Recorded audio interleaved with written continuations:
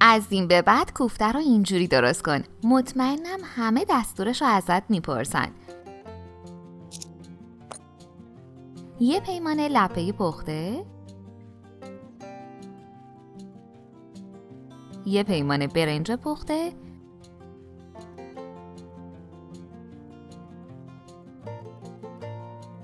مرزه، ترخون، شنبلیله و گشنیز خشک، از هر کدوم یه قاشق غذاخوری، نمک، فلفل سیاه و قرمز، زردچوبه، یه دونه پیاز رنده و آبگیری شده.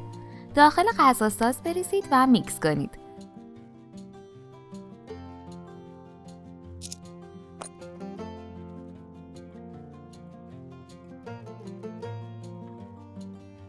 یه دونه تخم مرغ، 600 گرم گوشت چرخ کرده بدون چربی اضافه و میکس کنید.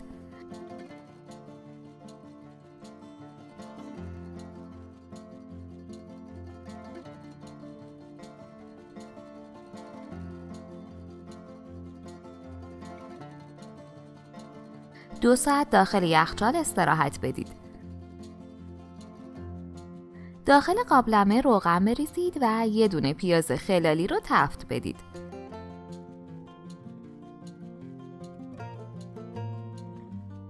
نمک، فلفل سیاه و قرمز و زردچوبه.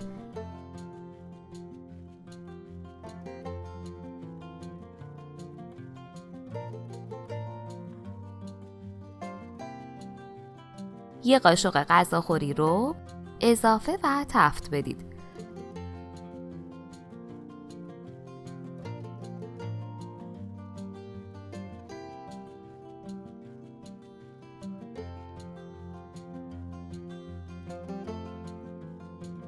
روش آب بریزید و اجازه بدید بجوشه.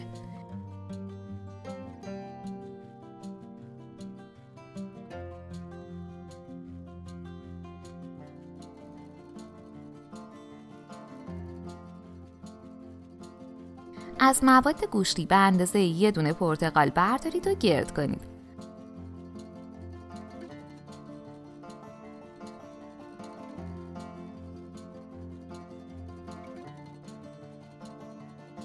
وسطش رو گود کنید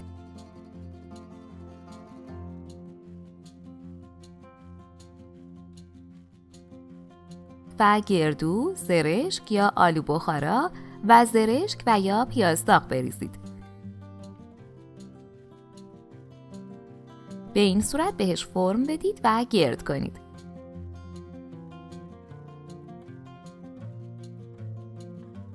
عزیزان، برامون خیلی جالبه که بنویسید از کدوم شهر یا کدوم کشور هستید و غذای معروف محل زندگیتون چیه. توی کامنت ها برامون بنویسید که چه غذایی رو دوست دارید آموزش بدین.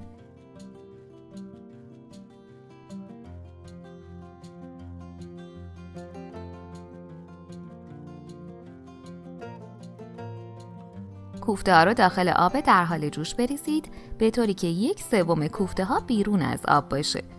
5 دقیقه صبر کنید و کوفته ها رو برگردونید تا طرف دیگه هم خودش رو بگیره.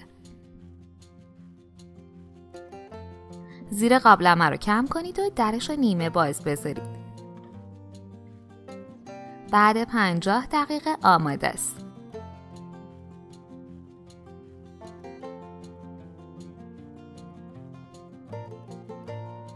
اگه هر روز سر درست کردن غذا کلی فکر میکنی و نمیدونی چی درست کنی، پیشنهاد میکنم کانالمون رو که کلی غذاهای فوری و جدید که همگی با مواد در دسترس و ساده درست میشه رو داشته باشی که مطمئنم خیلی به کارت میاد.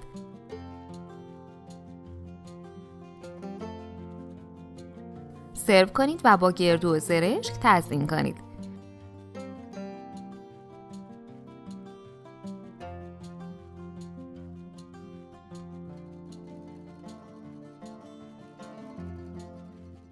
هیچکی پیدا نمیشه که این کوفته جذاب و دوست نداشته باشه. نوش جان. اگه از این آموزش خوشتون اومد، باید بگم که ویدیوهای جالبتری هم توی کانالمون داریم که حتما باید ببینید. ممنون از وقتی که گذاشتید و این آموزش رو تماشا کردید.